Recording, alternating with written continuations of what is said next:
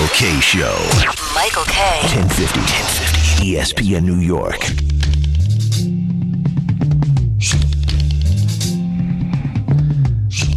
All right, we are joined right now by one of our favorites, a favorite of Mets and Yankee fans, Darryl Strawberry.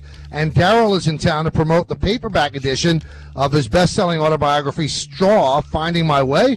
And he'll be signing copies at Borders at 2 Penn Plaza tonight at 5:30.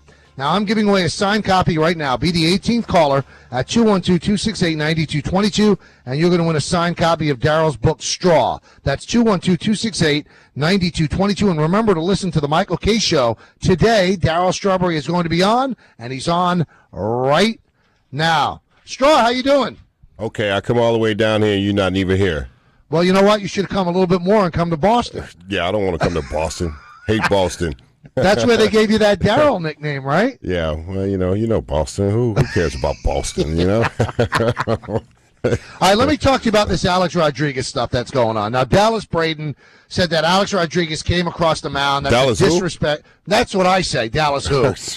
Now, first of all, let me ask you this. Have you ever heard that that if you're at third base and you have to go back to first, that you can't step on the mound? Never heard of it. Ever, right? Ever. So when he's saying this is completely new to you. It's totally new to me. I've never heard any rule of it. I mean, you know the rights as a player. You know, it just depends on who's on the mound at that particular time. So Alex walks over the mound. This guy starts going nuts. And yesterday he kind of says that he's going to take care of the guy when they play each other again. Now Alex is pretty much handling this by not saying much. What would you do if you were in Alex's shoes? Is he a pitcher? Yeah. He is? Yep. I probably would knock him out. You mean with your fist or with my fist? Really? How would you do that? Well, eventually he's got to pitch to me, right? Right. So the first at batter, if I ground it out, fly it out, I just rust him out and teach him a lesson. Shut your mouth. Who you think you are? I've been in this league for a very long time. That's the way I used to think. I wasn't Mr. Nice Guy when it came to guys popping off in the paper and saying things. And, this guy hasn't established himself. Alex Rodriguez is an established ball player. He's an established major league ball player, bona fide Hall of Famer. So, okay, he made a mistake or something. He ran across the mind. I don't think he did it intentionally. So what are you popping off for? I mean, this kid probably don't even have a cup of coffee in the big leagues. He probably would have got about 2 or 3 wins together. So who is he to come off and say things like that? Well, his record is 17-23. It speaks for itself.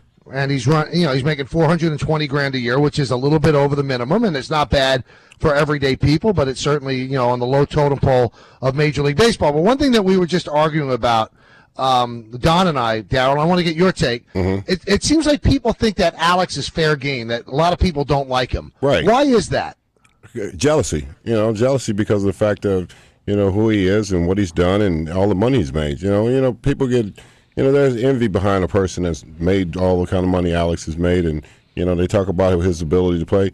Alex Rodriguez is going to go down as one of the greatest players to ever play this game. People can talk, scream, scratch, and hate him all they want. You ain't going to find too many players that's going to come along and have a career like he has had so far and what he's going to finish up with. That's just the nature of it. You're going to deal with the jealousy of people that has the negative things to say about him. Now the comeback on that is, who's got it going on more than Derek? Why aren't people jealous of Derek? Well, Derek's a different class. Derek's a player that's played here his whole career. Derek is a player that has had great character in this town. People respect him. They respect what he has brought to the table every day, putting on the Yankee uniform. He's never been on any other team. Alex has been on Seattle and Texas. He comes here from a different place, and New Yorkers are true to a guy like Derek Jeter. Derek Jeter is a Yankee. I mean, A-Rod's a Yankee too.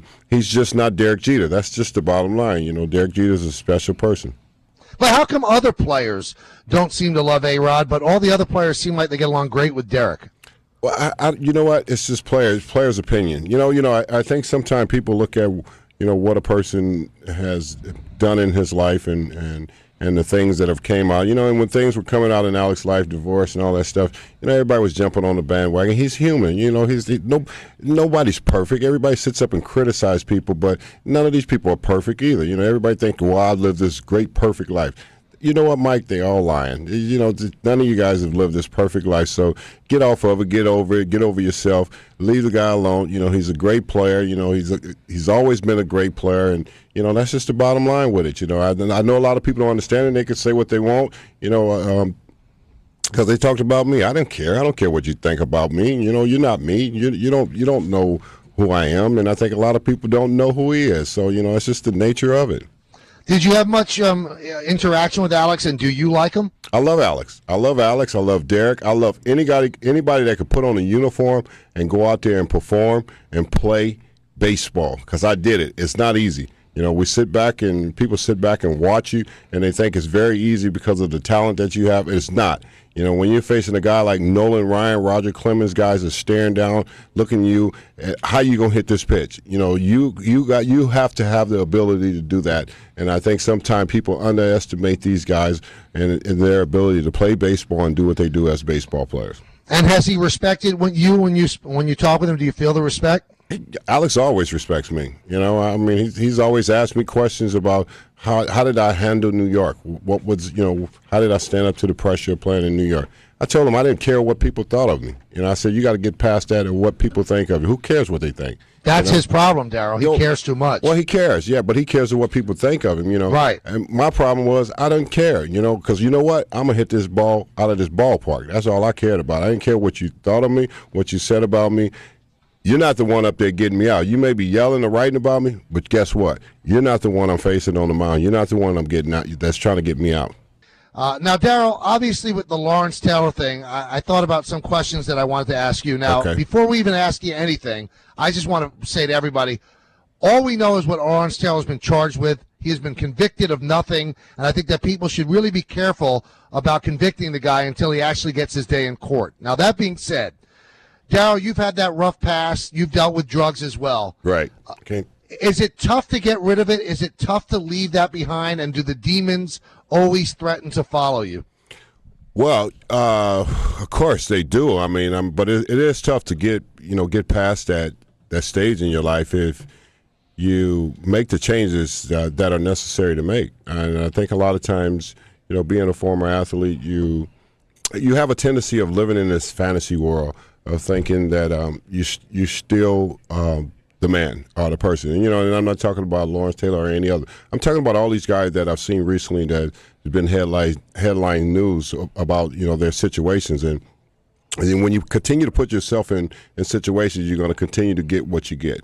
That's not going to change. And I think you have to change your whole persona about you, or who you are and what you are, and become a different person and get away from all that. I think a lot of times guys just don't get away from it, and today and age, if you don't get away from it, it's trouble, Mike. It's real trouble out there. And I always tell people, look at the classy guys that I admire, that has played sports and conduct themselves the right way. Two great baseball players, Albert Pujols and Derek Jeter, and you look at their lives. An example, you never hear anything about them. They don't put themselves out there. They don't get trapped into stuff that is not for them, and that's what players have to learn. And even guys that's retired, you have to learn it's over, man. That's dead and gone. When you heard about Lawrence yesterday, what'd you think? Heartbroken. I know LT, and I've known LT for a very long time, and anytime you hear things about LT, you worry about him and you have concern about him because he's a wonderful person, but you wonder about, his decision making and his choices in life that he make.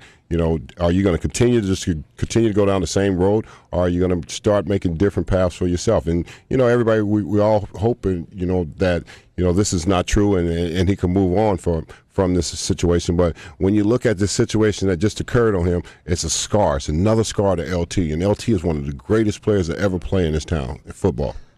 Now, let me ask you this, Darryl, because, we had LT on center stage last year, and he said, he hasn't done drugs for 12 years, but then he readily admitted that he consistently drinks, and he drinks Jack Daniels and all that. And I worry about that because I kind of think, Darryl, and you could speak to this better than me, that if you have a drug problem and then you're going to drink, though, it's going to lower your resistance to do other things. I mean, do you drink? Well, no, it's all going to make you crazy again anyway. That's the bottom line with it. I mean, but each person have to make that choice for himself to make that decision. What's best for me. If that's what he feels what's best for him. I mean, it's going to cause the same problems. It's going to cause the same behavior. It's all the same thing. And I think a lot of times, people misunderstand that. They feel like, well, I could continue to go to the bars and hang out in the bars and drink. And maybe I can go to the bars and I'm not going to do this and I'm not going to do that. Well, continue to go to the bars. Eventually, you're going to pick up that drink.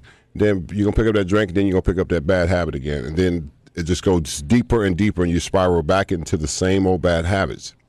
Now, let me throw this at you, because you see Ben Roethlisberger, you see Tiger, and now the Lawrence Taylor accusations. And it seems like athletes have a problem with women, and women lead to... No. Stop it, Mike. I remember one thing that Dwight Gooden once told me. He said, the whole thing started with me, with the drugs and everything, because it was an avenue for women, to get women. Is that the biggest problem that an athlete has, because women make themselves available, and when they don't, they think they should be available? Well, I just don't think it's athletes. I think it's widely spread with man egos more than anything, because I had a big ego, too, when it came to women. One was just not enough. And I think that's what we all think about. We think about that macho, egotistic mindset that we have as men, and we always feel like that one is not enough for us. So there you go. You spread yourself all over, and that's what happens. You get out there, and it's real. You get out there in the middle of it, and you get caught and you get trapped into it, and things happen in your life. When you live this kind of life, red carpet, lay it out for you. All these great hidden agendas for you.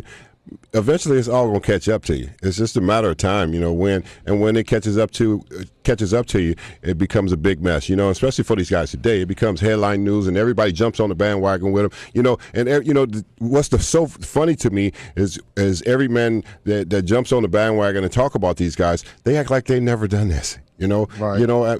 Mike, I speak about the truth because I've seen it. I've seen reporters. I've seen athletes. I've seen us all do it. So it's. None of us are perfect. All of us got a sick ego about ourselves, and think we're, God gifted to the women half of the time. Now, you did get into trouble when you were a player. Darryl, do you think that you could have survived with Twitter and with cell phone cameras and the internet? I mean, would you have gotten into more trouble, you think? Oh, man, I probably would have been in more trouble, Mike. Why are you throwing that on me? Because I know I would have been in more trouble. All that, all the different places and the different things I was doing and committing all adultery and being married and having women here and women there. You just can't get away from it. You can't. These guys today, they have to understand you cannot trust what's out there, because you are a big figure, and if you put yourself in a situation like these situations have occurred, something's going to come against you. You have to learn to control yourself and control your composure of who you are and where you're going and who you're with, and you got to make decisions today for yourself that I know this is not good for me, and I feel so bad for a guy like Ben, a guy that's won 2 Super Bowls, great player, and he's allowed his reputation to just get destroyed, behind foolishness, and it happens. Tiger, the same way. Foolishness that destroys these guys' image, of who they are and everything. So, but I really think these guys are great people. I think you just get caught up, and it's part of what happens in our society. Talking with our good friend Darryl Strawberry. He's going to be down at Borders at Two Penn Plaza with the paperback edition of his new book, Straw, or his best-selling book. He's going to be there at 5:30. He's also going to be at Citi Field tonight for Autism Awareness Night. Now, one thing I want to say, Darryl, that I always respect about you, you didn't pull a Tiger. You never talked about sexual addiction. You never were sexually addicted, were you? I was sexually addicted. Drug addicted, mind addicted, whatever, everything. There's a whole package there of But do you believe in sexual addiction, or is it just a guy being a guy? I mean, that's an excuse for Tiger? No. You know what? I personally believe Tiger Woods is sexually addicted. No question about it. When you look at the patterns and you look at the behaviors, and I think with a guy like Tiger, he's so famous and he's so great at what he has done on the golf course and everything. And you look at his lifestyle of he's really never had been out there, and I think he got out there in the wrong way, and it became an addictive pattern for him because it's just like drugs, it's just like food, it's just like anything else. That's what happened to him. He got addicted to the lifestyle of these women in his life. Darryl Strawberry is our guest. Let's talk about something more simple. Let's talk about the Mets and Ike Davis. You saw him in spring training. This guy's struggling right now. He's not hitting for power. Do you think the Mets should keep him up? Do you think that's the right move to make? Well, of course I think they should keep him up. He's got to learn. Eventually, if you're going to bring him up and put him in this situation, he's going to go through the fire. He's got to go through the fire, Mike. Major League Baseball is a lot tougher than most people think. You could all excel and do well in the minor leagues and be great down there for period of times, and then you hit the major leagues and you can come up here and you can play well. Then what happens? You start to find the weakness in him, and then everybody wants to say, well, he's not ready. Well, he's never going to get ready until he play and learn how to play and learn how to make adjustments. The game up here is all about making adjustments. Some guys know how to come in and excel, like the Jeters, the Posadas, the Moes, and then you got like David Wright and Reyes. Those guys have come up to the major leagues and they've been able to excel and be consistent with it. Those are different breeds. Some of the other players come up, this is a whole new experience. They got to feel their way through the big leagues. They got to go through the rough times, and then you got to learn how to play this game at this level and be consistent and stay focused day in and day out because it's tough. You think the Mets are a contender, or you think they're a year away? I think they're knocking at the door. I think they got a good chance to be contenders. I think if getting Beltran back is going to be a plus. The biggest plus that this ball club can have. If we get Carlos back into the lineup and get him back to playing the way he plays, this guy, Carlos Beltran, could put a team on his back and carry him. He's that type of player. He's played like that in his years of being a ball player, and he has that potential, to take the team where, no worries, and he doesn't speak much. He's very quiet, but he has the ability to do that to help this team get over the hump. Darryl, I wish I was there to see you. We gotta hang out at some point. Good luck with the paperback edition of the book. You're going to be down at Borders tonight, meeting people and winning them over, and 2 Penn Plaza right outside the Garden on 33rd and 7th, and then tonight at Citi Field for Autism Awareness Night. And tomorrow. Oh, it's tomorrow. It's not Saturday. Tonight. Yeah, Saturday. I don't want to put you in some place you're not supposed to be. Okay. Yeah, so you just throw me out there anyway, Mike, to Citi Field. That's not how I roll. Stop. Yeah. Man. Anyway, miss you, buddy, and thanks for coming on. All right, Mike. Thanks a lot.